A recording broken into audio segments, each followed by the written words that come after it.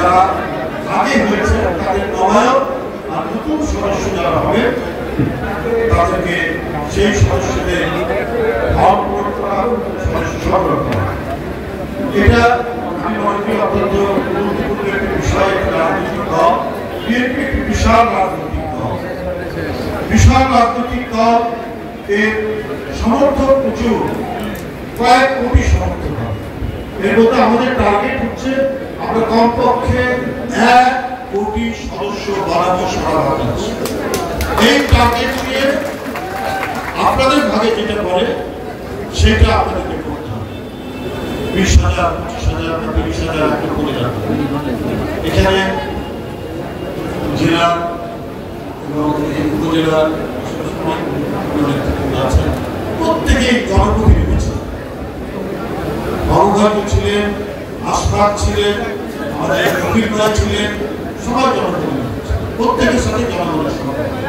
সুতরাং সমাজের মধ্যে যারা ভালো মানুষ, সচেতন মানুষ, যাদের কোনো কলঙ্ক নেই, যারা কোনো মব কালচার, হত্যা, ডাকাতি, ছিনতাই, রাজনীতি, চাঁদাবাজি, দখলবাজি নেই, এই সমস্ত মানুষ, সে কৃষক হোক, শ্রমিক হোক, সে বুদ্ধিজীবী হোক এলাকার, সে স্কুলের শিক্ষক হোক, কলেজের শিক্ষক হোক, মাদ্রাসার শিক্ষক হোক, পোশাক শিল্পের শ্রমিক হোক, মালিক হোক, সবকে আপনারা অন্তর্ভুক্ত করবেন যাদের সমাজে সুনাম আছে, একটা ভালো ভাব আছে, তারাই হবে বিএনপির প্রাথমিক সদস্য। এই গেল একটি বিষয়।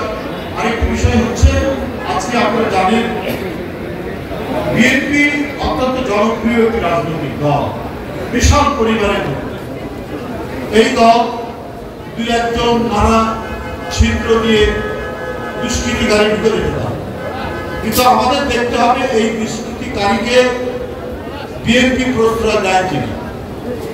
বিএনপি যদি প্রশ্রয় না দেয়, একটি পরিবার, সেই পরিবারটি একটি এলাকার উত্তম পরিবার, যে পরিবারে তার 4-5টি ছেলে আছে, সবাই কিন্তু একটা দুষ্ট,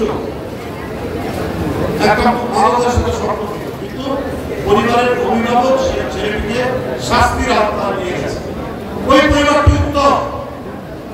আর যদি কোনো পরিবার ওই ছেলেকে আশ্রয় দেয়, তাহলে বুঝতে হবে এই পরিবারটি হচ্ছে সমাজ বিরোধী পরিবার। তেমনি বিএনপি যারা চাঁদাবাজ, ডাকাত, হত্যাকারী, খুনি, সন্ত্রাসী, দখলদার যদি কেউ ঢুকে যায়, ওটা যদি চিহ্নিত হয় আর তাকে যদি শেখ হাসিনার মতো প্রশ্রয় দেওয়া হয়, তাহলে বিএনপি একটি ভালো সংগঠন। বিক্ষোভের ঘটনায় সাথে সাথে তাদেরকে আজীবন বহিষ্কার করা হয়েছে। আর পুলিশকে বলা হচ্ছে তাদের বিরুদ্ধে শাস্তিমূলক ব্যবস্থা নেওয়া, গ্রেপ্তার করা, আইনের আওতায় আনা, শাস্তিমূলক ব্যবস্থা নেওয়া। কিন্তু এটাকে নিয়ে রাজনীতি করছে তারা। আপনারা জানেন যে ওখানে একটি হৃদয় বিদারক ঘটনা হয়েছে। সেই হৃদয় বিদারক ঘটনা আমরা বিচার চাই, সবাই বিচার চাই। বিচার করবে কে? আদালত করবে, বিচার করবে সরকার, আইনের আওতায় নিয়ে আসবে সরকার, পুলিশ প্রশাসন।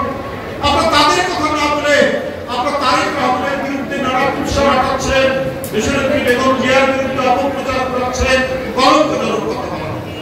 তার মানে একটা কোনো গভীর উদ্দেশ্য আপনাদের রয়েছে এবং দেশের মধ্যে একটি পরিকল্পিত সন্ত্রাস, হত্যা, খুন, জখম এটা তৈরি করে জনগণকে আজকে 16 বছর ভোট দিতে পারেনি, জনগণের নির্বাচিত সরকার হয়নি, এর জন্য যে দাবি জনগণের পক্ষ থেকে, সেই দাবিকে বিভ্রান্ত করার জন্য কোন গভীর চক্রান্ত চারিদিকে তারাই করতে দায়ী কিনা, এই নিয়ে জনগণের প্রশ্ন আছে। এটা আমাদের প্রশ্ন। কেন এখন এই পরিস্থিতি, কেন এখন আইন শৃঙ্খলা পরিস্থিতির অবনতি হবে? কেন কোন রাজনৈতিক দল, আমরা তো একে অপরের সাথে আমাদের সম্পর্ক আছে, আমরা একজনের অনুষ্ঠানে আরেকজন যাচ্ছি, তাহলে কেন এই খুন খারাপ এই ঘটনা ঘটছে? আজকে সকালে আমরা খবরের কাগজে দেখেছি যে কক্সবাজারের রামুতে জামাত নেতা, বিএনপি নেতার রোহিতকে হত্যা করছে। এটা আমার কথা নয়, এটা সংবাদপত্রের কথা। কেন আজকে এই পরিস্থিতি হচ্ছে? আপনারা নাকি ভালো মানুষ, ওই প্রচার দিয়ে বেড়াচ্ছেন, বিএনপির ভারপ্রাপ্ত চেয়ারম্যানের বিরুদ্ধে নানা কুৎসা রটাচ্ছেন যে জুলাই আন্দোলনের ফসল মঈনুদ্দিনের অত্যাচারের